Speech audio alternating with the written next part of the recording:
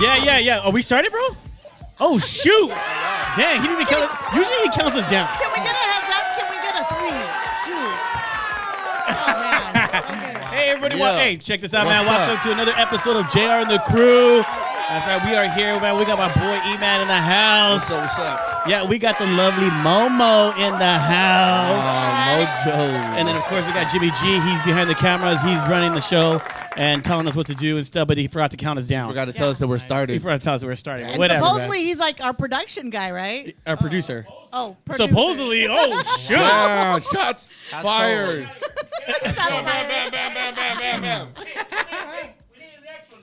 Okay, I'm so sorry, Jimmy. I'm sorry. I'll bring you chicken next time. Don't even try. Dang, yep. But we have a very, very special guest, man. Yes. I mean, he's done so much for the community. He's our very good friend, and we've known him for a while. And and we've been trying to plan to get you on the show because I mean, you're a busy man.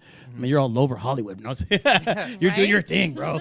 But let's welcome Paul with Pauly's Project in the house. We got Paul. Right.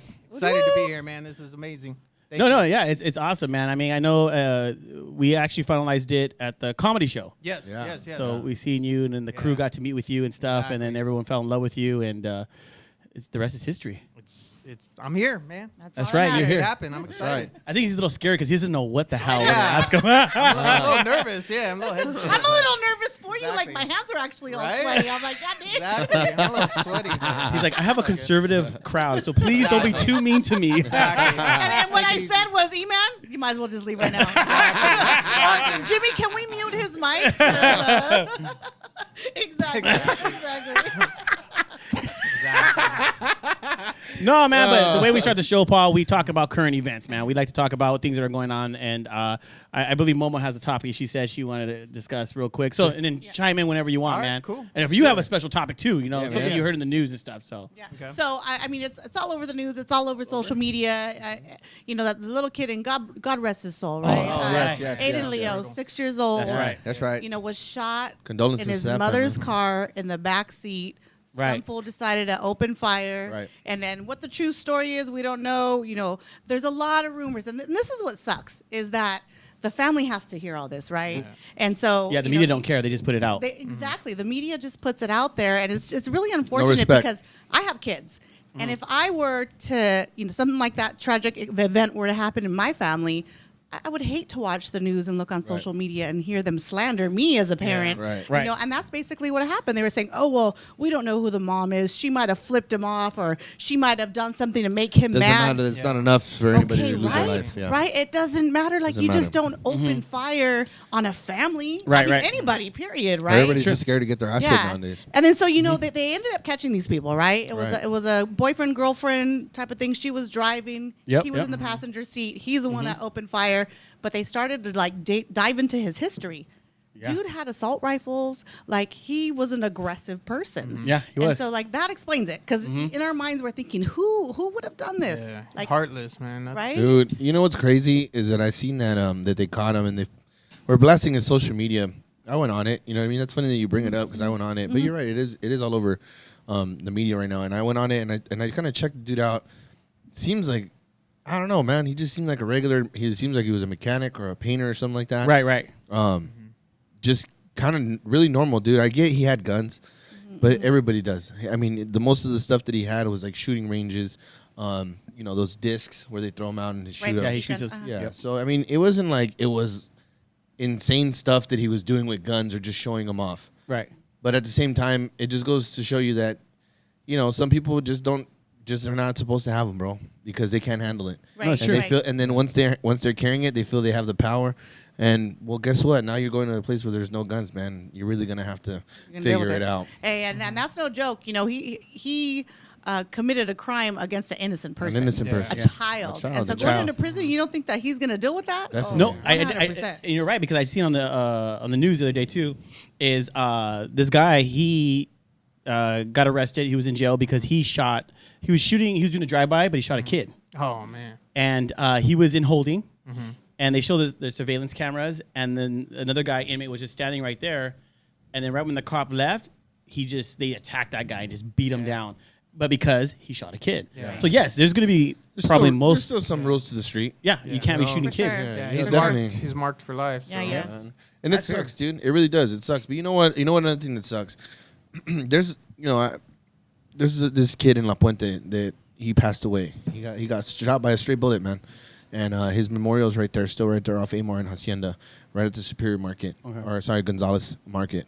And the other day I was driving by. I think I was driving by and I seen some people there. They're kind of like resetting up that area because it's been, I think, like 3 years now since he got shot. The little boy was. And he still has a memorial there. Yeah, no, he was like 11 or 10, something like that. Cool. For between 7 and 10, I want to say. But it's sad, man, that that didn't make the media. Yeah. Because the same thing happened. Yeah. Road rage, bro. Wow. So the same thing happened, but why are we hearing about this now, that this kid got shot on the 605? What was the motive of, why are some things a bigger deal than others, man? Yeah. When everybody's life it matters. Whether it doesn't matter. It's a kid, it's a child, it's an innocent person. Yeah. So like to me, I'm kind of used to seeing this shit, you know what I mean? Like over there and you get to the point where you just get numb to it, like someone else got shot. You know? Yeah, Because that's the way it goes. I hear what you're saying. You know what I mean? And I think it got a lot of light because of the 91. Right, we are having those random shootings, and you can actually look on a map plot where it started from one end and it is in another end, and it's miles and miles of shootouts. drive-by shooting, not drive-by shootings, but random car shootings. Yeah. I thought they were connected in the beginning. Okay, so I think that's why it made the news, because all this is another random. They thought it was another random around the same time, and so I mean maybe I don't know. But you're right. I grew up in a neighborhood where there's violence all the time. As a matter of fact, I mean, it's almost like the gangs are coming back. I remember the 90s. It was crazy. When we grew up, it was crazy. There was drive-by shootings. You couldn't go to a graduation party without a handful of people getting killed that weekend or that week. And so it seems like it's coming back. Like there's a lot of gang violence. A lot of young kids. But with these shootings, I feel like it's more wusses. More cowardly. Yeah, more cowardly. Yeah, I get you. Because they're shooting and like hiding. You know what I mean? Yeah. Back, I mean, they were strategic. The gangsters they're strategic. Right. They're doing The what. structure isn't like it used to be. Right. Now it's just like, you made me mad. You crossed out my name. You crossed out my name. Probably believe that one too. Genuine. That's a gunshot, by the way. That's his gunshot. Oh, okay. But I have another topic because as we're talking about this, because there's another topic that I want to hit, but this could go towards Paul. Is Paul or Pauly? What do you want me to call it? Paul or Pauly? Oh, I'm Paul. Everybody always calls me Pauly. I mean, Okay, I'm calling you Pauly, That's 'cause that's what compliment. But I'm Paul. But Okay. Master P. We can call him Master P. Master There we P. go. That's what the Let's girls get call people me. names around here. No, So Master P. I like Paul. Okay, so Paul. Yes. Now I heard on the news that the homeless is crazy in LA. The homeless is crazy. The homeless stuff, and I heard. I mean, maybe you heard it, or maybe it's just a rumor. But I've heard that Newsom was thinking about pushing the homeless towards the beach, and letting them live there. They're there already. No, I know they're there, but he's planning to push them towards the beach. But also, my question to you is, you deal with the homeless a lot. So, what do you think would be like a solution, or do you even have an idea? Yeah, I mean, it's like spiraled out of control. Like, I know to date there's like 70,000 homeless in LA County. Wow. So it's like they should have put a grip on this years ago. So, I mean, it's not throwing in the towel. It's just like, man, and then I get so frustrated because you hear, $300 million approved for homelessness.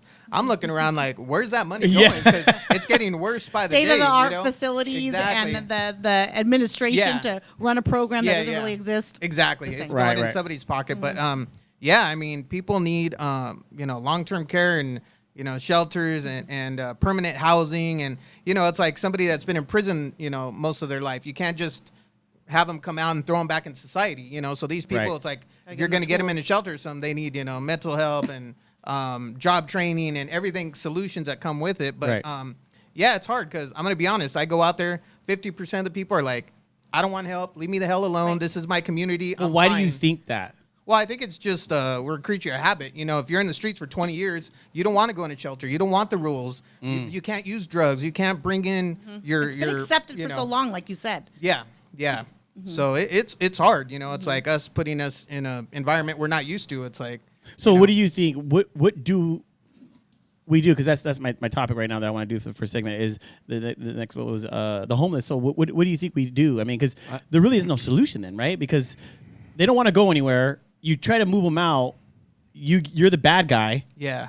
So it's like, what do we do? Well, I think it's like exactly what PAULY'S Project does. You have to have people on the ground building relationships, because I see people out there from the city with clipboards, with bright yellow vests. Give me your information to get in a shelter. Like, the hell away from me. I'm not giving you, I don't know you. I don't trust you. So me, I'm like, if I had that clipboard, trust me, I'd get their information. So I think I'm valuable. I can, you know, being out there for years, it's like I can connect with them. And there are a lot of success stories. You know, homelessness has such a negative persona, but it's like, I know a lot of success stories. I've helped people get in shelters. They've gotten jobs, and, you know, so it's just not giving up, you know, one person at a time trying to help them. Of course, there's obviously people that want no help, but, you know, it is what it is. But there are a lot of people that want help, and that's what I focus on. That's cool, man. I honestly, bro, like, for me, I think we should find the people that really want help, like, get them separated completely from the people that don't want help. Well, that's what a lot of nonprofit organizations, such as PAULY'S Project, are doing. Yeah. You know, there's where I come from, there's a lot of nonprofit agencies that do that as well, and then also programs funded by the city and the state, where they're taking a holistic approach, and they're saying, wait a minute, in order to get them off the street, we need to provide, you know, A, B, and C services to help them become successful. I just think that the people that don't want help, dog, just get them out, bro. Snatch them up. Right. Snatch them up and take them to an environment they don't want to be in, and they don't want no help. They don't want nothing, bro. Throw them somewhere where they can't get a hold of anything. They can't get a hold of drugs and all this. They're a waste of breath. I hate to say it, but they're a waste of breath. So I'm gonna be devil's advocate. That's my opinion. So I'm gonna be devil's advocate. A lot of the people experiencing homelessness that say they don't want the help are the ones that have a mental illness, a mental health issue, where they're not realizing it. A lot of them, you know, they're supposed to be on meds, right, to stabilize their mood. And because they're not taking the meds, they think that doing drugs and alcohol, so, you know, they themselves are trying to... I feel like that's a lost cause already, though, bro. Yeah. Yeah. Well, it's hard because it's like... there's a lot of people that can't even make a rational decision, you know, so, you know, I see them, you know, a lot of... What do we do with them? It's just our opinion. Yeah. It's literally just our opinion. So people can't get mad. It's just our opinion. Yeah. But what do you... because you're out there. Yeah. What do you do with them then? What do you feel... And if you don't want to answer because, well, damn, I hate when you do that. Well, think about it. Think about what to do with To be continued, but we're going to come back with PAULY'S Project, man. We're really going to dig in with this guy right here. He has some dope stories. Yes. And we're going to dig in with him, and this is what the show's really going to be about. The first was just fucking around. Right. We'll be right back. Do it.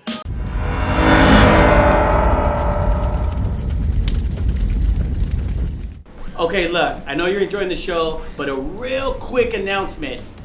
Press that share button. That's right, press that share button. I know you've heard it so many times from us, and so many people are always asking us, how can we support you guys? How can we help you guys? But hey, you can do it by pressing the share button, all right? And also, don't forget, go to our YouTube, and if you are on our YouTube channel, press the subscribe button, okay? I'll let you guys get back to the show.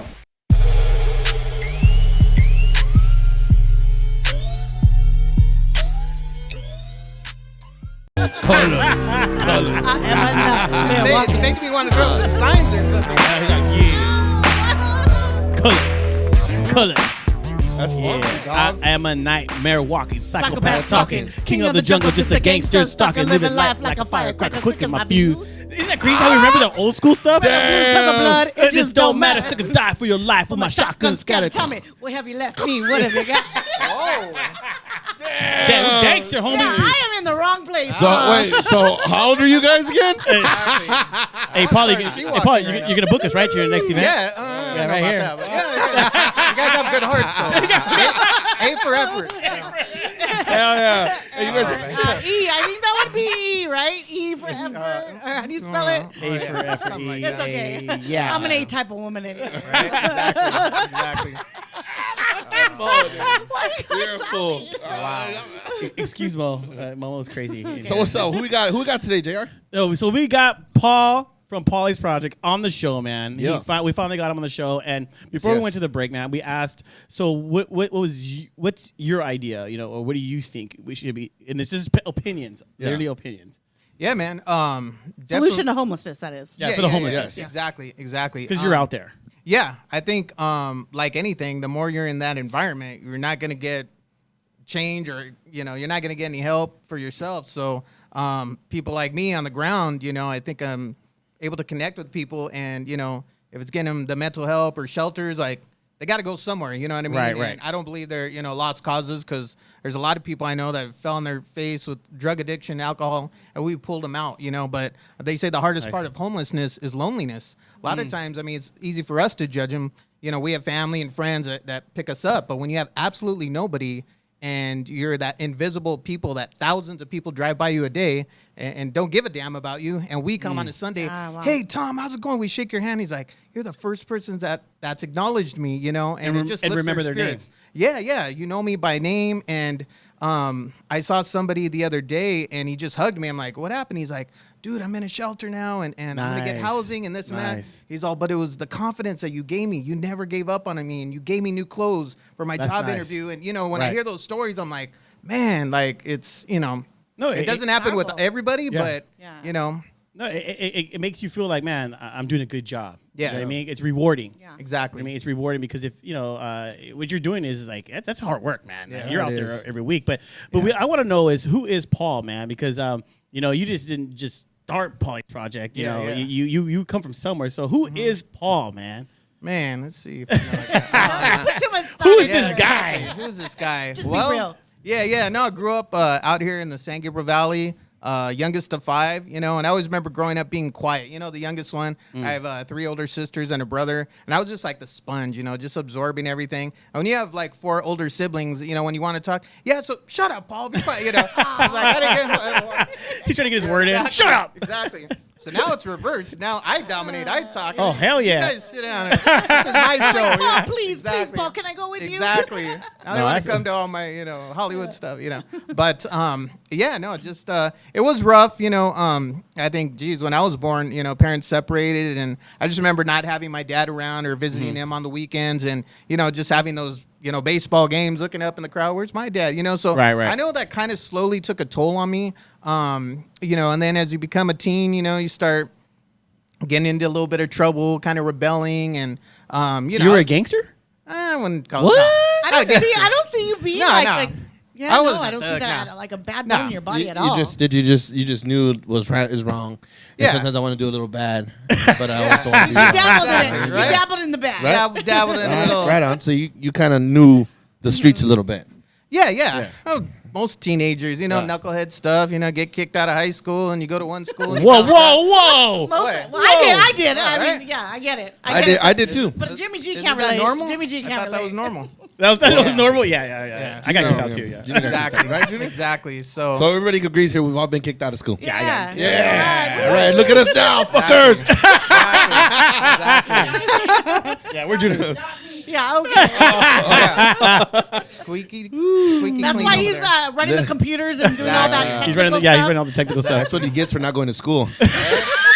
Oh. What a nerd. He was homeschooled. Just kidding. Well, Paul, man, so you're Paul, but there is Pauly. Yes. So how many children do you have? Actually, just one son.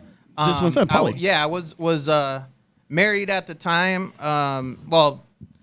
So let me kind of give us some, give us some history. Yeah. Why are you trying to rush I know. his story? This is You threw off my.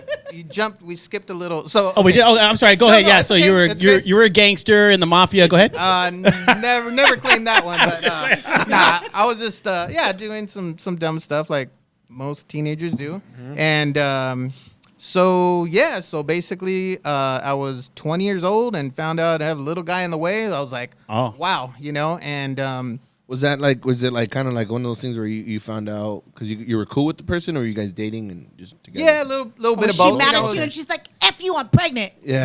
Nah, I wasn't one of those. It was cool. You know what happened? It's all natural. Yeah, That's what Momo did. That's why. Yeah. Oh, okay. Yeah. Momo's known for And that. he told me, "Don't trip. I'll pay for half." I was like, Yeah. anyways, that's another Wow. story. That's the next episode. Yeah. Okay, go ahead, Exactly. Paul. I'm sorry. So, no, it's okay. I know I'm getting sidetracked. Okay, so focus.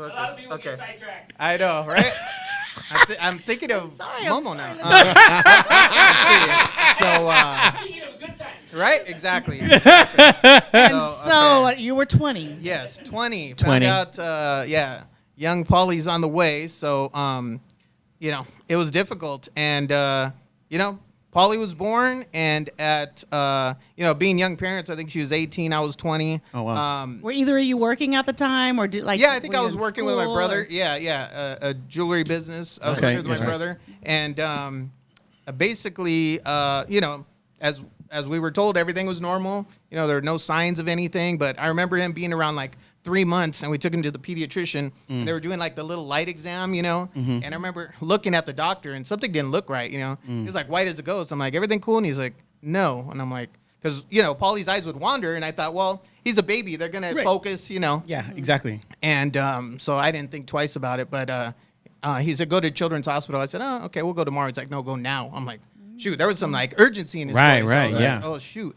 So I remember me and his mom going down there, and we actually took grandma's, my mom and her mom, because we knew something wasn't right, And they're pretty black and white. I think we were literally there like 5 minutes, and they said, oh, your son's blind. And it was just like somebody punching me in the stomach. I said, what? Wow. And we just I remember falling apart. His mom started crying. Grandma's leave the room. It was just a lot to It just hit take really, in. really hard, huh? Yeah, That's insane. thinking you have this, happy little smiling boy, and now you can't see. It's like, what? So it was tough, and so fast forward, I think now he's 3 years old, and I'm thinking of Stevie Wonder. I'm like, hey, Stevie Wonder could do everything. He sings, but I'm like, something's not right. Like, you're being positive. Yeah, You're I'm like, he's Paulie's not trying to walk or he trying wasn't to, hitting those milestones. He wasn't talking. Like something else is off, So again, we went back to the pediatrician, and he said, yeah, something's not right. Go see the neurologist. So me and mom go down there, and then they tell us that he's autistic. So again, another blow. We're like, wow, and the doctor's like, I don't know, you're going to take this on, because most kids are autistic or blind, but it's very rare that they're both. So one day he might not be able to, talk, and obviously he can't see. So you're thinking, of the future, and I'm like, oh my God, like this is going to be an uphill battle, Right. I think with me and mom, it kind of took a toll on our relationship. Already being young parents, we both felt guilt and this and that. So, well, when you say you felt guilt, I mean, what type of guilt? I mean, obviously it wasn't our fault per se. I think she felt a little heavier, being, the mom, bearing, the mom having him. And I just told her, that we can't blame ourselves. God just gave him to us like this. Yeah. We got to move on. We got to do what we got to do. It's going to be tough, but it's easier said than done, So I think we would kind of take it out on each other. And I slowly started like drinking a little more because it started getting to me, And so we split. And again, Paulie's maybe like 4 or 5 or something. And I just went on a rampage, like 2 years of I don't give an F. DUIs, I went to jail, fights, drinking, drugs. I mean, I was a hot mess, Yeah. And I didn't care. I was so angry at the world. I'm like, God, why me? I'm seeing my nieces and nephews running and playing. And Paulie's there with his head down. He can't do anything. Like, what does my future hold? And you're kind of being selfish about it. Again, thinking of my son, but it was just so angry. And at this whole time though, were you being a single father though? Yeah. Basically, when we split, I was on my oon, and how old was Paulie? Like 4. He said. Yeah, he was like 4. Yeah. So he was really young, and again, he doesn't come with a manual. I had no idea. As a single dad, new to you, yeah, exactly, yeah. All I know is he can't see and he can't talk. You put him in the middle of the room. It's like, man. Now what? What do you do with him? So, one time I remember we just said, I'm gonna put the headphones on him, and he just lit up, man. This glow, like music. So we call him the little Stevie Wonder. He would just do his head back and forth. And music just really seemed to soothe and calm him. So that kind of ties in with the whole Pauly's project of donating radios. But yeah, that was pretty much the birth of Pauly. And it was tough years, And basically, I'd say I was out of control for 2 years. It took a crash that I almost died, flipped my truck, totaled it. I woke up, I was in the hospital, and I remember my mom looking over me, and she's like, what are you going to do with your life? Like, if you want to live for yourself, live for your son. And I just remember looking at her. Only a mom could say certain words. Yeah, or you'll hit her. Somebody hits her. Yeah. Cut you deep, and you're like, exactly. Oh, shit. I was like, damn, she's right. Like, the path I was going, I'm like, I'm either going to be dead or in jail. So, I got to snap out of it. And I looked at little Pauly, and I'm like, this is it, man. Like, I got to change, So it didn't come overnight. It took time, I think I got another DUI after that. But, slowly I just started changing my ways and looking at life different. Instead of saying, God, why me with Pauly? Now I'm like, okay, I think I know why he chose me for this job. Right. So well, they do say that God doesn't give us anything we can't handle. Exactly. So he prepared you. But I want to ask you a real personal question, and you don't have to answer if you don't want to, because through this, your son being autistic and blind. I mean, man, I have 2 daughters, so that was my biggest concern when my wife was pregnant. That please Lord, that it be healthy, and I understand as you're doing, but has that prevented you from having other kids? Because you said that's just your only boy. Yeah. So fast forward after me and Pauly's mom broke up, I was on my own for years. I just didn't want to deal with it. I'm just like, hey, this single dad, whatever. So I did actually meet somebody. Got remarried, and she had 2 boys, and we had Pauly. So we had this was our 3 boys, and unfortunately, we lost 2 along the way. Between me and her. So that was a difficult situation. Unfortunately, we divorced. It was a tough relationship, but we're cool now. We're friends and stuff. Right. But so. When that happened after, I'm like, I'm getting a little bit older. I'm like, maybe it's just meant to be for Pauly because, he's about 10 kids in one. It's a lot of work. Right. So No, I'm like, he needs my dedication. And, fast forward now, Pauly's 24 and it's. Wow. He's my son's age. So was he born in 97? Yep. Okay, April 16th, 97. Wow. Yeah, man. So. That's crazy. No, because we're just talking about that the other day. Like when my son was first born, we counting the toes, counting the fingers. It's like one of those things as a parent. Yeah. You exactly. do. But man, we're getting really deep. We're getting really deep with Pauly, man. You got some really good information, man. Everybody stay tuned in, man, because we're just barely getting the tip of the iceberg right now, right? That's right. We're gonna find out how he started Pauly's project. Yes. Yeah, we find out a little bit more about him. Then we'll get into more of the parenting and stuff because definitely. you're a single dad and Father's Day is coming up, and a lot of people think we're deadbeats, but we're not. No, Exactly. no, it's Father's Day, man. It's Father's Day. There's a lot of deadbeat moms out there. You're still not going to a nice dinner, though. We're going to barbecue for you. Oh, nice. Sweet. Yeah. Well, See how easy we are? We're not meaning See how easy we are? Somebody will barbecue for you guys. Oh, See how easy we are? I thought that was an invite. See how easy That's we what I are? know, right? I thought it was an invite Exactly. too. I'll be gone. But hey, we'll be right back, man. More with Pauly's Project in the house, Jared and the crew.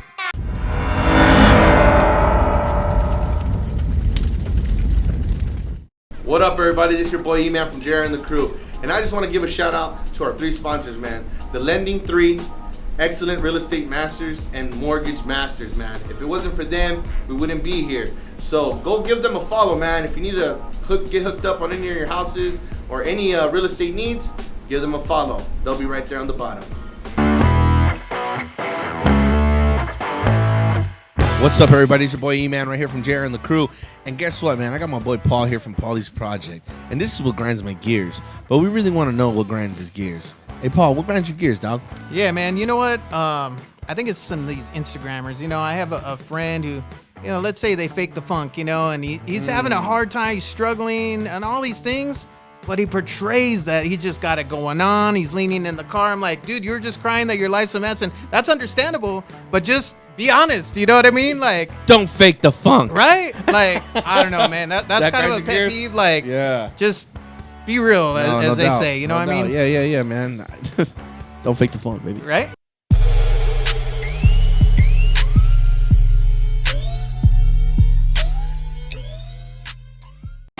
Dame más gasolina. Dame más gasolina. What the heck? Hey, someone get some gas.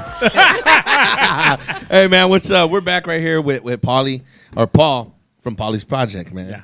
And before we took that break, we were talking a little bit about, being a single father and having the challenges that you have had with Pauly. Yes. One of the things that you were asked, obviously, that if you were willing to have some more kids, and that didn't really go too well, but at the same time you said it's for a reason, and that reason was because Pauly needs all your attention. Yes. Right. As of being a father with Pauly, I'm sure a lot of people ask you, how do you do it, and you're basically, I mean, to me, like a mentor to some of these people that are dealing with the same issues, or similar issues. You know what I mean? Because it's not easy. My son right now, he's just at home and has a fever, man. You know what I mean? And I'm dealing with it like, holy smokes. You feel helpless. I feel helpless. Yeah. I can't even imagine, man. So like, You know, can you touch a little bit about like how? Because you're dude, you're sitting here and you just like, boom, boom, boom, boom. Doesn't seem like it phases him. But I'm sure that took time, man. Because I know there's Yeah, probably I a think lot he's of trying to say breakdowns in the way, right? I mean, Oh yeah. Yeah, because he's saying you're acting strong now. Yeah. But we Yeah. need to know. Well, how did you find Oh, that? dude, there was tears Yeah. behind the scenes. Trust me. Yeah. I mean, there was, kind of going into Pauly's story. You know, I remember. So I started seeing a little change around age 15. He started, getting a little more attitude. You know, hey, he's getting into hormones, right? Getting into his teens. You know, so I'm like, okay, and he was always happy and stuff. And then I see his face, his demeanor change. I'm like, and I remember one time my mom used to always pick him up. You know, I was working. And she's like, oh, I'm going to pick up Pauly at work and take him home. And, when he could get off, come pick him up. And something about his face, I'm like, he doesn't seem right, Mom. I said, and I've never done this. I said, I'm going to drive with you. What are you talking about? He's fine. Just get him in the car, put his seatbelt. No, something's not, it's just a parent's intuition. Yeah, And you're he's with him every never, day. like, blown up yet. But Yeah. something wasn't right, And so anyways, I go in the car with her. And then she thought I was, like, overdoing it. You're exaggerating. As soon as we get to her house, no, I take it back. We were like a few blocks away. He freaking blew up. So he basically like just jumped in the car, slammed his head on the window, and then as soon as I got him, he bit me. It was just like, all right, this is it now. Like he's reached a milestone where this is what we're gonna anticipate.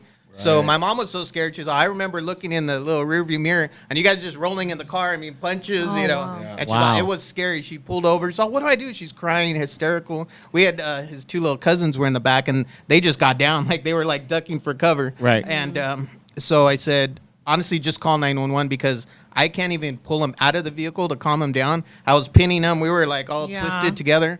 And, my mom is like, she can't help physically. So she called 911. I just remember like fire department rolling up, and they were pretty cool. They were patient. They're like, hey, tell us how to deal with it because we don't want to agitate him more. Exactly, yeah. But they're like, my God, what happened in here? I was all bloody, bruised. He was all scratched. Wow. It was such a tight area, you know, so it wasn't like we're in a big room where we can, maneuver. But long story short, they helped me pull him out. He calmed down finally.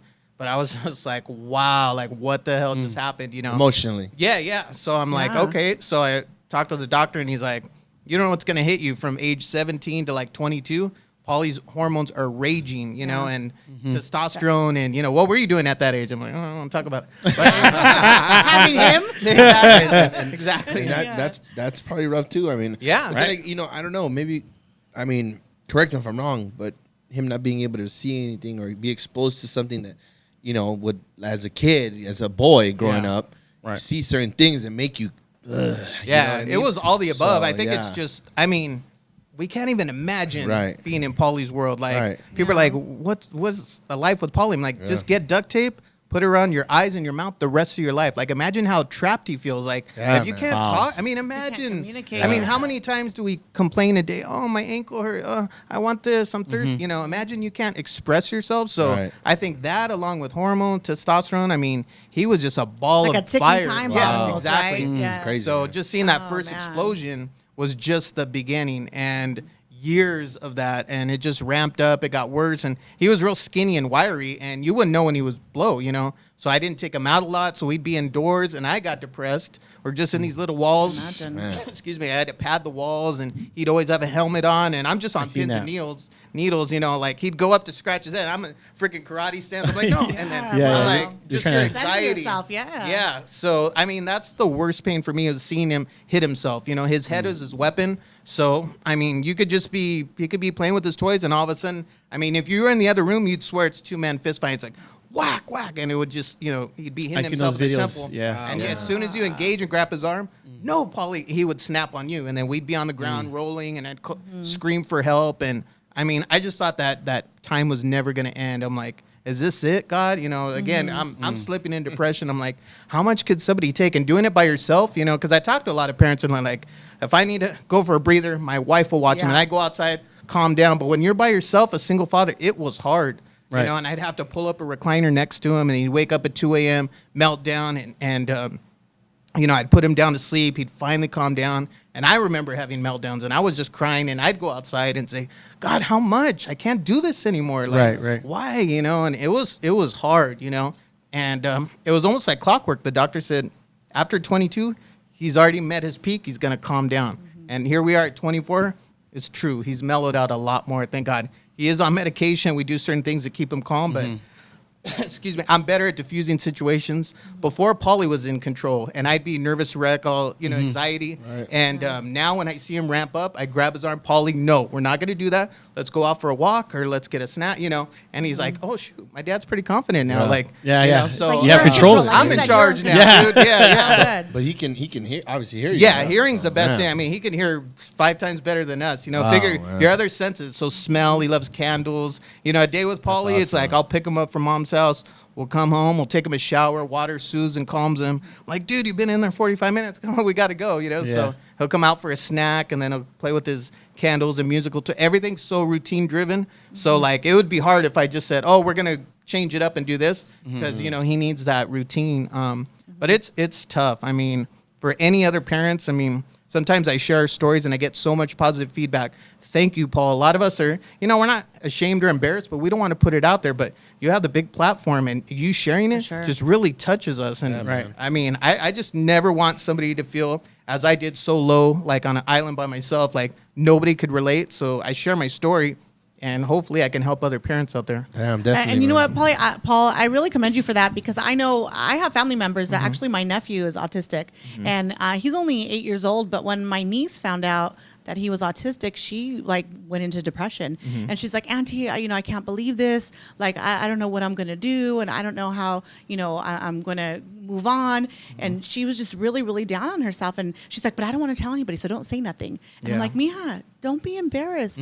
That's your child. The best thing that you can do is share with other people so that they understand. So they see those behaviors, and they understand where he's coming from. Yeah. I remember. I'm sorry. No. My family said, Paul, you need help. Like, you don't sleep. You're a mess. And I mean, you give your heart and soul to Paul. Like, we know that, but you got to help Paul, because you're like people say, you're no good to anybody if you can't even function. Yeah, take care of yourself. So like, what did you do? Yeah.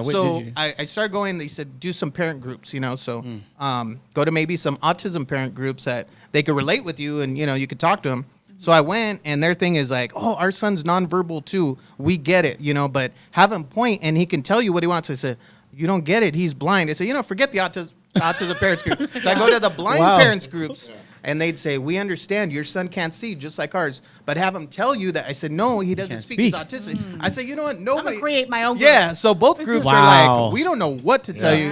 Like, one's harder, let alone both, Right. So it was challenging. I mean, I would just learn by myself different techniques. And I mean, I could read Pauly like anything, like, oh, his little eyebrows up, that means this, or he's hungry, or any little gesture you're watching or face, him now, or it's almost like an obsession where I just, because boredom kicks in, that's when he gets frustrated. Right. So it's like he can only do his musical toys for so long. Like most kids, my friends are like, I'm gonna go home. Dad's tired from work. I'm gonna rest on the bed for an hour. Put Junior to go. Oh, Junior. Put him to go. Play video games and let me relax. Well, I don't get that. Like, Pauly needs me 100% when I'm off work. Right. I'm tired, but he doesn't know the difference. He's like, Dad, I want your attention. When he's up, you're up. When he goes to sleep, you go to sleep. So, go for the walks or do whatever, cut his hair, figure it's so hard. It takes a lot of energy out of you. Everything I do for myself, I got to do for him. That's right. Okay, I'm going to cut my nails. I'm going to cut your nails. I'm going to put my deodorant and put your deodorant. Shave me, shave you. So it's like you're living for two people. Right. Wow, so it's crazy. A lot, But I just never wanted to put too much out there, because it's hard for a parent to get I feel so sorry for you, or that line you said, which I agree with it. God doesn't give you more, but imagine how many times I've heard that 8,000 times over. Right. And it's like, I get it, but so I'm like, I don't want to be that victim. I want to be a strong father and show people. Definitely. So that's what I try to do. No, that's awesome, man. That's definitely what you're doing. Yeah, that's what I see in here. I mean, heck yeah. When you do have your own time, and like how you're saying, it's very hard for you to have, like, you can't have him just play video games. But is there somebody is there only like 2 people that you're able to really leave him with, that he understands and also listens to? Because I'm sure your voice in his ears is so strong that he's like, oh, that's Dad. Like, I need to chill. Yeah. Who, like, do you have like certain people that take care of him? Like, me and his mom come, across that all the time, where it's like maybe she's got something going on or I got something going on. So we're like, there's not many people, like, I can't really even leave him with my family, because it's typically women, but I'm like, they couldn't handle a meltdown, so I just won't go, So it's either, mom's married, so their stepdad, her and stepdad, and they're really good with Pauly. I say Pauly gets the best of both worlds, so he goes back and forth quite a bit. He's there with them tonight. I'll get him tomorrow, and he goes back Thursday. You know, so now you're getting some kind of relief now. Yeah, so it's not like people think I have him 24/7, but it's like no. At first it was. You get that, yeah. That's what I was going to say. So when you had said mom, and like all I remember is that you were single. So when did mom come into the picture? Well, I mean, she never left the picture. I think it's hard because I don't get like in deep explanation about that, but I just say single dad because I was a single dad. You know, I see what you're saying. She's you know, with new husband and kids and stuff. So, yeah, she's always been involved. She's never left. You just worked together. Yeah, we went through a rough period of time, you know, as young parents, especially put in this situation. But, yeah, I mean, we've come a long way. You know, my mom's like, I'm just so proud of you two, like, for everything you went through personally. Like, look at you guys now with wisdom and experience. It's all about Pauly at the end of the day. You guys need each other. No, for sure. You know, so it's good co-parenting. Yeah. So you were in the family business. And at what point? Because I know we met you, Jimmy and I, and you were starting off Pauly's project. Yes. But at what point did it get to where?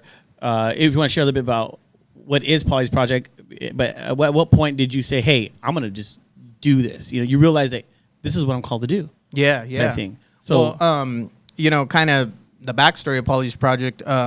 My uncle, he was like hardcore gang member, East LA, in and out of prison his whole life. So at a young age, you know, when he'd get released, he'd always go to Skid Row because he's like, hey, at least I know I can eat. I know how to work the system. I go to Midnight Mission, Union Rescue Mission, Fred Jordan Mission. I got my meals, you know. So he had it down, but he would always call my mom, his sister, to like, hey, I need supplies, I need cigarette cartons, clothing, this and that. So my mom would take me down there. I just remember being in the back, all hiding in the little window. Like I was 5, 6 years old, going to Skid Row, and we drop off my uncle's stuff.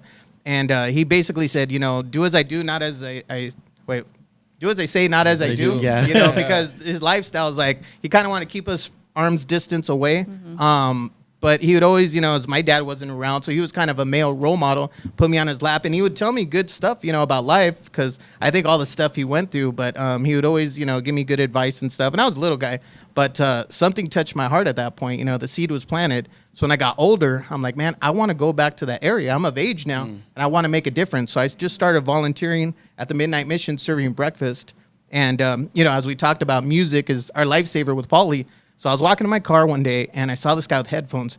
Dude had like a big old Colgate smile, and I swear he stopped me in my tracks. It was like one of those God-inspired moments. I was like, wow, that's the same smile that Pauly has, you know? Nice. So I went home, I was tossing and turning. I was like, all right, God, something happened today. There was a spark, you know? How do I connect Pauly, music, the homeless? And I'm like, I'm going to start something called Pauly's Project.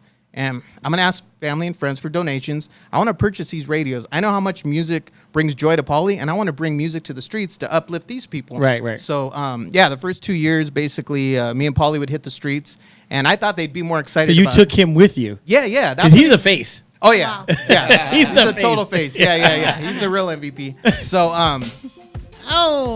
break time. Stay tuned, because it's getting good. Right. Yeah, we're gonna come back now. Thanks, Jimmy. Yeah, Jimmy messed it up because the next question I'm going to ask you, we're going to go to break, but the next question I'm going to ask you, because I understand why you personally touch the homeless people, but I want to know why the homeless and not people like Pauly. Oh yeah. You know, so let's get into that even in the next when we talk. But we'll be right back, guys.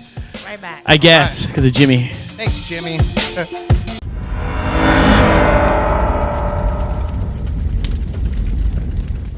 What's up? My name's Frankie, Los Angeles Deftone. I'm a local photographer. I just want to tell you guys about a show that I'm doing called To Live and Die in LA. I've done it 3 times. This is the 4th time. So stay tuned. It's on July 10th in South Central, Chuco's Youth Center.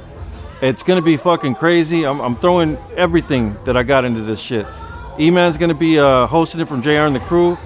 And it's going to be crazy. I got Esteban Oriol on board, Merrick Morton on board, LA Reflections on board. There's a lot of people to name, and it's gonna be the event of the summer, 100% for sure.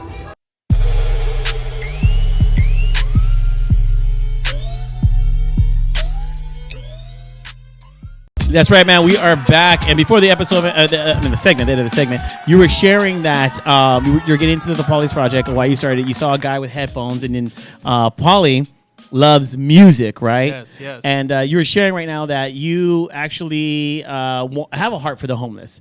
But still continue with your story, but I want to know why. Because most people, when they're a child or there's a situation that has happened in their lives, they will actually reach out to those type of people.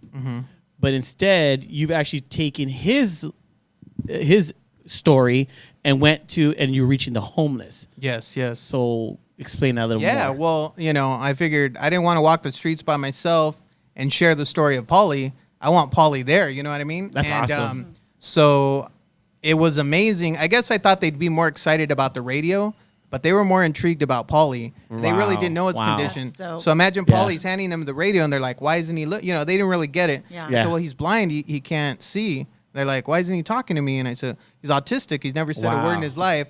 And all of a sudden, they're like, and hubbles them, and they're like, who am I to complain? Yes, I live in this tent, but this young man Their can't situation is nothing. and he's giving me a radio. Crazy. So I just say, God bless, and we walk very on, humbling and they're just story. like dumbfounded, like they're just Yeah. like, what the hell just happened? Like this guy's like an angel, and he just came and blessed me with the radio, and awesome. so it just flipped the script on them, where they were the victims, and they look at Pauly, and it's like, wow, who am I to complain? Yeah, exactly. So you felt like using that and bringing him would make them think about their situation differently. Was that intentional? Actually, was that intentional? I didn't really know how it was going to play out. I just said I want to bring Pauly, but that's ended up what was the main story, what they were intrigued by, and they were so inspired by him, and they're like, this kid's an angel, and you're a great father, just they were happy. I was happy. It was just like the connection we made. That's amazing. And I swear, Pauly has so much love in the streets. Like, you come to the Skid Row, some of the hardest dudes, murder, hardcore guys, everything. Everything. They're like, hey, Pauly, what's up? Yeah. Dude, Pauly gets a pass. Like, dude, I love that kid, Pauly's man. pass. Yeah, so they love what's up, Pauly. They greet him with hugs, and they're like, he's such an inspiration. You got a lot of the walls downtown, like, we're gonna have we do a yearly event in Gladys Park, and Pauly's mural is up there. Like, you see it right off the freeway too. Well, that's another one. Yeah. But dope, yeah, man. So so basically, I took Pauly the first 2 years,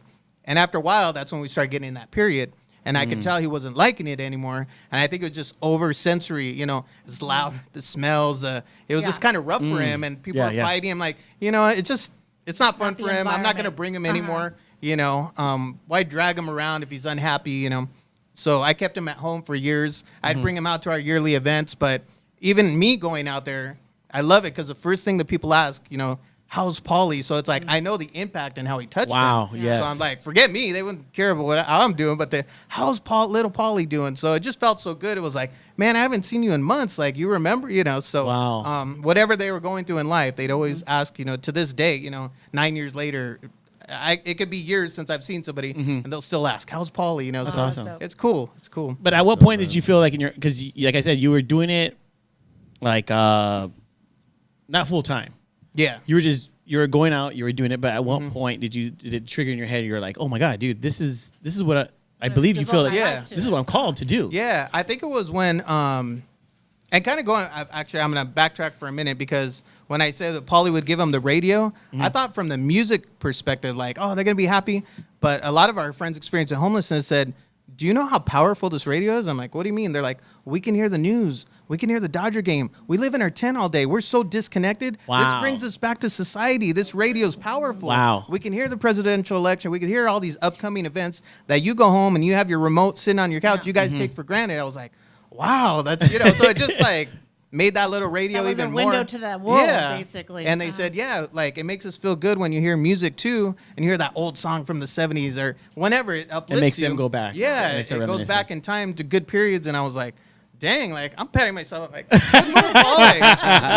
little guy is, powerful, But, and I completely forgot the question you just asked. No, at what point did you feel like this is full time? Oh, yes. So, again, the first 2 years, the Birth of Pauly's Project is me and Pauly going out there. I'd started the Instagram, 2014, 2015. And I remember a lady, she says, I'm so touched by your stories.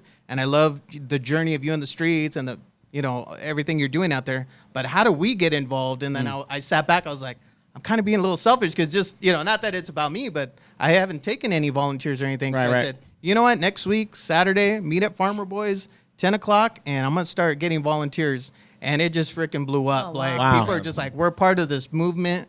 you know, it's about community. It's about LA. It's the love. It's the people. Nice. It's connecting. And yeah, Who are some of the people that now that it's even attracted to you that help you now? Yeah, I mean, we got, you know, George Lopez on board, Danny Trejo. We got Be Real. I mean, yeah, there's some. You said Big Boy from Power 106? Yeah.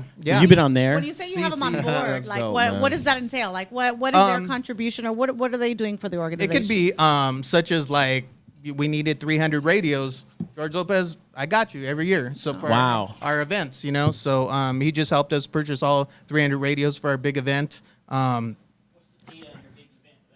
Well, it's after Father's Day, so. Yeah. So just be on the lookout every time after Father's Day. So basically, we have a typically our yearly event is in December, but the city reached out to me, which I thought was cool because they're like, we know yours is one of the biggest events at Gladys Park and Skid Row, and since things are opening, we want yours to be the kickoff as the opening of the park. I was like, nice. oh shoot, you know, That's awesome. So, Yeah. No pressure at all. Yeah, exactly. Throw something together.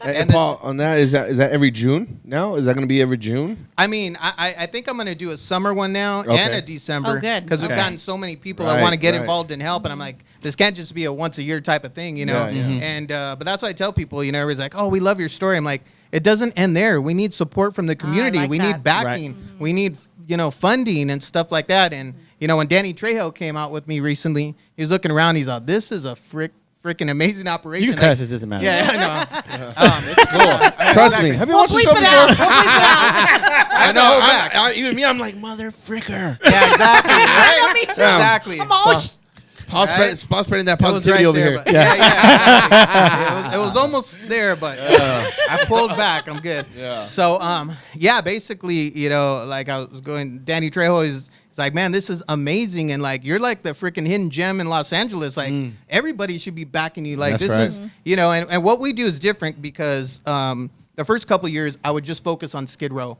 But at the end of the day, Skid Row's like the hub. So many organizations go out there. So I said, my niche is going to be the outskirts. Nobody goes to these places that are a little rough, a little scary. a little rougher. You know, these little Yeah. alleys, under freeway encampments, all these back streets, the outskirts of downtown LA. Wow. And it's a rough, you know, there's some rough streets. So when I started going out there, my family was so mad at me because I would go at night. Like, you know, some of these people are like, what are you doing out here? Like, it took a while for them to earn the trust and respect. And I said, if I want to dive into homelessness and help you guys, I want to be in the thick of it. Yeah, I'm going to be on the worst streets at night by myself because I talk to them. Wow. How can I help you guys? What services do you guys need? So in the beginning, again, they thought I was like an undercover cop. It took months. They're like, nobody would talk to me. Wow. They're like, Because you just a newbie that came yeah, in. it You just just doesn't popped make out of sense. nowhere. Like, Yeah. you know, and to be honest with you, like some of these areas, there's different areas of ethnicities. You know, is that ethnicity? Ethnicities, yeah. Took me a minute. Excuse me. But like some of these areas were predominantly black. So when I started going out there, there was some beef with the blacks and Mexicans. Oh, so yeah. they're Okay. like, what's the catch, dude? You're out here at 11 o'clock. You shouldn't even be on this block Where's your homies by at? yourself, Looking and you're behind you. Mexican. Like, Yeah. that takes some freaking huevos, you know? yeah. So after a while, they remember one guy, like, he was the main dude on the block. He shook my hand. He says, I respect what you do, dude. Like, this is amazing. Like, I appreciate you taking care of my people. And that guy in particular, everybody's like scared of that. He was like the main dude on the It was block. like the shot caller. Yeah. Yeah. And I was like, I think I'm in. Like, I've built relationships Yeah. out here in the streets. Yeah. And it was a good Dope. feeling, you know? So I've Yeah. been in a lot of sticky situations. Like, it may look nice on Instagram and Facebook, but I've had people, you know, try to attack me, spit on me, you know, throw stuff at me, you know, but it didn't like... It didn't knock Didn't you from. phase It you. didn't phase you. Yeah. You didn't stop doing what you want to do because when you're doing something so positive, man, nothing's gonna stop you. Yeah, it didn't Yeah. shake me. It Yeah. didn't shake me, and I'm like, That's I'm good, so man. passionate. And again, what that underlying in my stomach is like, this is like for Pauly too, you know. Yeah. You know when you have something, Right. Like that a burning you can't desire, quit. and you're Yeah. like, no, I got to keep going. Yeah, so I said, you know, there's certain things I'm not going to get with Pauly. He's not going to make that 3-point shot to win the game or catch that touchdown pass, you know. But I'm going to do Pauly's project in my son's that's honor, dope. you know, and Yeah. I'm going to put him on the map, and Right. we're going to be that father and son duo that's going to inspire people. That's amazing. I'm getting The freaking- real Hear that, deal. everybody. Getting a little Hear that? emotional right now. That's good. Oh, yeah. You're giving the people Because that is so the real deal. powerful. That is so Yeah. powerful, especially, you know, being a single parent. Like, I cannot even imagine if my children, you know, couldn't communicate with me and tell me. I remember when they're sick, And I would be like, what's wrong? Are they okay? Yeah. They had a fever, and when they're infants too, like they're crying.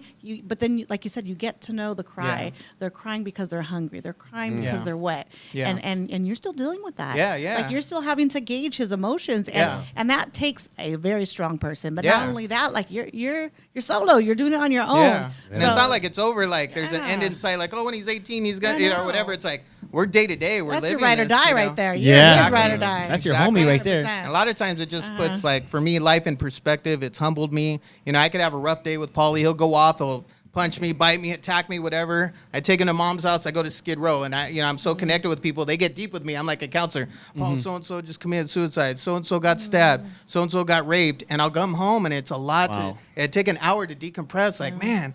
Then I'll talk to my buddy, Steve on the phone. You don't know I'm going through, Paul. Like, I can't pay my Sprint bill. I'm like, dude, seriously? Come over here so I can slap you. Like, You're really? Yeah. It just puts things in reality. Yeah, it's like there's for permanent sure. issues and there's temporary Right. issues. Like, No, I hear dude, you, man. your Sprint bill is going to get paid. Calm down. I would never It's call like, you to So- vent out, just FYI. Yeah, exactly. I was gonna say if we were all going through something, don't call him. Yeah. Don't call Paulie. I just got to You're put not it gonna Paul. get his sympathy. Yeah. But Yeah. Paul, like seriously, like I hear you talking about, you doing basically everything for everybody else. What does Paul do for himself? Because I know yeah. the That's things a that good you're question. going through, like, true. you're going to have burnout. And I know you Yeah. shared your personal experiences where, Yeah. you've gotten into drugs, gotten into alcohol, you were in a dark place in your life. And so what does Paul do to keep him from doing that again? Man, great question. I know my family asks me all the time, and it's like, I need to, every year I'm like, this is Paul's year. I got to focus on Paul. And, it's not being selfish. Like, go to the beach or do something. But I it's not still selfish. find myself, like my mom's like, I think it was last week, and she says, you finally don't have Paulie. You don't have Pauly's Project. Rest. And she's like, I already know you. My tires are going to skid off, and you're going to go to Skid Row. And that's exactly where I went. I'm like, I know it's my passion, it's my heart. Even on my day off, nobody's around. It's just, I Wow. love walking the streets, Yep. interacting, talking to people when I don't have my whole crew with me, and I could just go and engage. And it's just my passion. That's your It's outlet. what I love to do. So but that is your outlet. I do need, that is your outlet. Yeah, yeah. 100%. people are like, why Yeah. would you go there? I'm like, I love it. If I don't have time on my hands, I go down there and, maybe I could help somebody and give them some uplifting message. Exactly. I'm gonna cut you off, but talk about how when you take people there and how they trip out. Oh, yeah. So Jimmy asked, when you take people there and people trip out, Yeah, exactly. Right? I will. Yeah. We're not taking Junior there. Take Yeah, Junior. He can't handle it. He can't Yeah, no, I talk to a lot of people, a lot of first time, they're rookies, and, when you look at the pictures, it's a little overwhelming when I post, like, I don't know, they're in their little bubble, Right. And I said, just come, it's cool. And, it's a little intimidating when you pull up to a big encampment. There's pit bulls, Rottweilers, big old dudes all tatted down, like, muscle shirts and everything. And I could get some women, they're like, there's no way in hell I'm getting out of the car. Like, Right. you go out there, I'll look at you through the Yeah, window. I'll I'm watch like, you. You're cool, like, you're with me, I guess what it is with someone like myself or us, it's not that we don't want to go. It's we don't know what they might do. No, I've Yeah. been there. You know what I mean? No, Yeah. I walked a level 4 maximum Well, security. you're yeah. different, Theo. Yeah. No, I'm but just for saying. myself, Yeah. I because you're right. There's people that you said they have mental issues. Yeah, yeah. So I don't know if they're gonna pop off. Yeah. So you don't. You're what? So Yeah. For me, I'll be at edge. Yeah, no, I get it. I don't know. It's the unknown. You feel a little uncomfortable. And I try to tell people, I said, just come out with us on a Sunday. At 10:30, I'm going to ask you, I'm gonna have to go.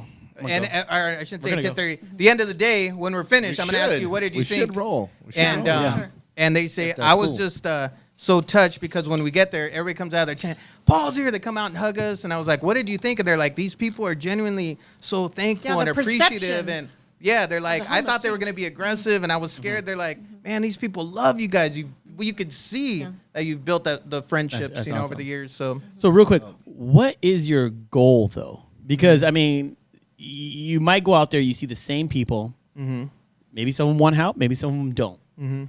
So what's your goal? What's Pauly Project's goal with with what you do? yeah, well, I think for me personally, I want to get deeper involved in solutions, Right, with housing solutions. and permanent housing and all that stuff. Because again, we're kind of doing a Band-Aid. We're giving them their hygiene kits, blankets, shoes, socks. But 2 weeks from now, they're gonna be in the same boat. So I just feel that God's called me to connect with these people, and I could get a lot further than your average person. Right. So there are a lot of success stories. And I go down there again. Some want help, some don't, but I think I'm a crucial key to getting people up on their feet. And I can't tell you how many stories of like them hugging me. Thank you, Paul, for the encouragement. I'm living over here now. I got housing. I got a job. You know, so that's what keeps me going. That's what keeps the fire going. So I want to expand Pauly's project. But that's what I want to other cities and stuff. And I think your persistence, awesome, man. because sometimes they, you know, like they say, like food, like introducing food to a child. Yeah. You know, you can't just do it one time. You can't do it 2 times, 10 times, and then they might get it. And I think that like that's kind of where you're at right now. Is you keep going, and one day it might sink. Yeah, you know, one day hopefully they hear it over and over and over, and then they're like, well, I might as well. What have I got to lose? Yeah, But that's good that she said. consistency is everything. Okay, because I want to get into that. So real quick, you said solution. So okay, you're going there, you're giving them what they need, but what are you preaching for the change, or how what's that? What does that sound like? Well, like, you know, well, I don't want to say his name because he's a common person. I always show on Instagram pictures of videos. Long term, been out there probably 8 years, and we really had a heart to heart. And they have to be tired of being tired. It's like anything, like an alcoholic. I'm like, dude, you deserve better. You know, yes, I'll give you the supplies, and that's not helping anything. Right, you know? right. You got to want to change, though. And I felt like a little connection because he said stuff he normally doesn't, but that's all you could do, you know? It's like... So you're planting seeds. Yeah, I think of myself when I was at my lowest, you know? And it was my mom or my sister that's, come on, dude. Somebody you that can do didn't this, give up you know? on you. So that's how I feel, you know? And I think people sometimes pat me on the back and put me on a pedestal. Paul, you're this amazing angel out there. And I said, to me, I think I'm so humble because Pauly's given me the strength. I'm up at 2 o'clock in the morning changing his poop. He diarrheaed all over the bed. He's throwing up, whatever. So when I go out there, it's like, I'm a caregiver at heart. This is just, this is my passion. This is what I do, and this is my calling. So I don't think I'm doing anything different than what I do in my regular home. People are like, that makes sense. We can see the connection. Yeah, you know? no, for sure. So what are some of the goals now? I mean, what's the how can I say where do we see now that the things are opening up? You said you this is airing after your big event, of course, but what are some of the things we can see more of Pauly's project? Yeah, man, it's been amazing. I think it's like the last 2 months I've just felt the phone's blowing up in a positive way, you know, and it's like the story's getting out there. We're getting bigger people on board, and you know, I'm just about bringing awareness. And you know, I've self-funded this thing up until this point, but it's nice when people say, here's a couple thousand or whatever, you know. So we need the community's involvement, you know. People are always from afar like, oh, you're the best. It's like, well, what can you do to help us? Exactly. You know, if you can't come out and volunteer, don't talk about it, be about it. And where can they find you and stuff? We're gonna blast you. So yeah, we have the website. Everything's pretty much Pauly's Project. So Facebook, Pauly's Project. Instagram, Pauly's Project, or our website, PaulysProject.org. And the number one thing you need is, of course, people saying, "Hey, you're doing a great job," but support. Yeah. Give us help out with finances. Maybe I've heard a lot of people sometimes they don't want the food. They need the donation, but they need the blankets, the toothbrushes, all those things. There's so many people out there with connections, you know, and they're like, Paul, we can't do what you do. It's not our thing to go out and volunteer, and it's too much for us. No problem. You can be in the back and support us, you know. Financially. If you don't have finances. Or help put the packages together. Yeah, we always need people behind the scenes. Pauly, this year, me and some of the boys, we normally go down to Skid Row and we give away blankets. Yeah. Well, we've been doing it for the last couple of years. Yeah, I know. Probably with my boy Jacob, Project Coffee Cup. Okay. I think, some of the boys we talk every week. Right. So man, I mean, you'll probably be out there this year. I'll probably see you out there. Yeah, 100%. All right, cool, man. That'd be dope. Maybe we take Junior. We'll take a little stroll down. Yeah. I think you guys want to tie me up and just throw me out there. We just might. We just might. Give them some tools first on how to interact. Just push them out there. We got fresh meat, guys. Enjoy that. I'll be back. We'll role play beforehand. You be the bum and dude, that's perfect. You guys are gonna do like scared straight to me. We'll prepare you. We'll mentally prepare you. But I just real quick, man. I want to say thank you, Pauly, for being here, man. Yeah. Right, man. It's June, man. It's Father's Day month. Yeah, that's right. You know what I'm saying? And happy belated to everybody. You know, happy Father's Day to everybody all out the there. dads out there. It's awesome, man. What you're doing, because you know you're making your mark on LA. For one, man, and it's a really dope duo that it's a father and son. You know, and I said, it's June. You know, it's our day. I want to thank Junior for having me on the show, because you know, if my son grows up, man, he gets to see how his dad is. You know what I mean? a little bit of a knucklehead, but you know, I appreciate that, because if anything were to ever happen to me, man, because you know, this life that we live is kind of crazy, but you know, I appreciate the opportunity. I love you, bro. Oh, I love you, bro. Getting emotional, man. I'm gonna start crying. I wanna hug. Appreciate it. Nah, but for No, I real, love you, you know bro. what I mean? Thank you guys. that's sweet. Yeah. No, and this is what it's Shout about, out, shout out my Yeah, son, definitely. E-Man. E-Man. Little E-Man. Little E-Man. When Love you're you, older, fool. bro, and you're watching this episode Love you, with Polly's man. Project, you Yeah, better go yeah. to Skid Row and love your That's dad. right. Yeah. Exactly. Look for me. No, but any last words, Polly, man? I mean, Paul. Yeah. Paul, any last words to single fathers out there that are doing their thing? And mothers, single mothers too. Yeah, No, yeah. no. Yes. This is our father. month. No. Oh, man. Our month. Yes, It's our month. Any last words? Just period. Yeah, exactly. No, Paul. Yeah. Single fathers out there. Go ahead. Yeah. No, man, I'd say obviously never give up, but have your little community around you. A lot of times you feel you're by yourself, but there's friends, there's family that can help. You got to have That's a right. little, There you go. you know, it's hard to do it by yourself. I did that for years, and it was when I started opening up and reaching out that I got the support I needed, and it helped big time. And I'm putting this out there that I heard JR and the crew in the next month or so, they're going to come out guaranteed Yeah. on Sunday with Pauly's Project. No, we For are. sure. No, I was For actually sure. waiting for Yeah. this episode. We're going to sign the contract right Yeah, now. yeah. Just No, kidding. we're waiting for this episode Yeah. because you know what? No, we want to partner with you. Yeah. And we're gonna 100%. promote you on every show. We're gonna make sure we have our people, you know, help you, volunteers, finances, anything we can, man, and us even go out there as well. Yeah. No doubt. Because even take my kids, because you know we gotta educate people Yeah. and let people see that hey, this is reality Yeah. right here. Yeah. I think that's the biggest impact too, because a lot of parents will reach out like, "Can I take my teen or whatever?" I said they're the perfect ones that need to go because they're Yeah. so. I don't have the new iPhone. Then you take Yeah. them out there, they get humbled, and they Yeah. come home Grateful. and kiss their bed like, "Wow, these people experience I've life done like that with this." my you kids. know? Yeah, Yeah, and they appreciate it. And 100%. it'll definitely touch them. No, Touches exactly. all of us. but- JR and the crew, Polly's Project, man. We are going to be doing some big stuff together, man. We got your back. Let's do it. And look them up, support them, guys. We're going to put all the links, everything. And like I said, Polly's Project is going to be along Yeah, with man. partnering up with JR and the crew. We'll be out there as well. So, Yeah. hey, man, can't wait, man. I appreciate the thank you. opportunity for coming on here and sharing the story, and you guys are awesome, man. Thank you Oh, for thank being you. here, Paul. Appreciate. Thank Thanks you, for man. dealing with us. Appreciate you. Thanks for dealing. Yeah. I know. That- Wait, such a good story. I was just like, I know, me too. I didn't want to talk, I've but never this, seen E-Man so quiet. I know. Hey. Well, it's because we dog. told him he had to I was be gonna here. kick him under No, the desk. no. You still have a heartbeat? What's going on? She's inspirational, but the voice of LA, we gotta go, baby. woo! Guys, hey, next week, man, we'll see you guys. Love you guys. Polly's Project. We out.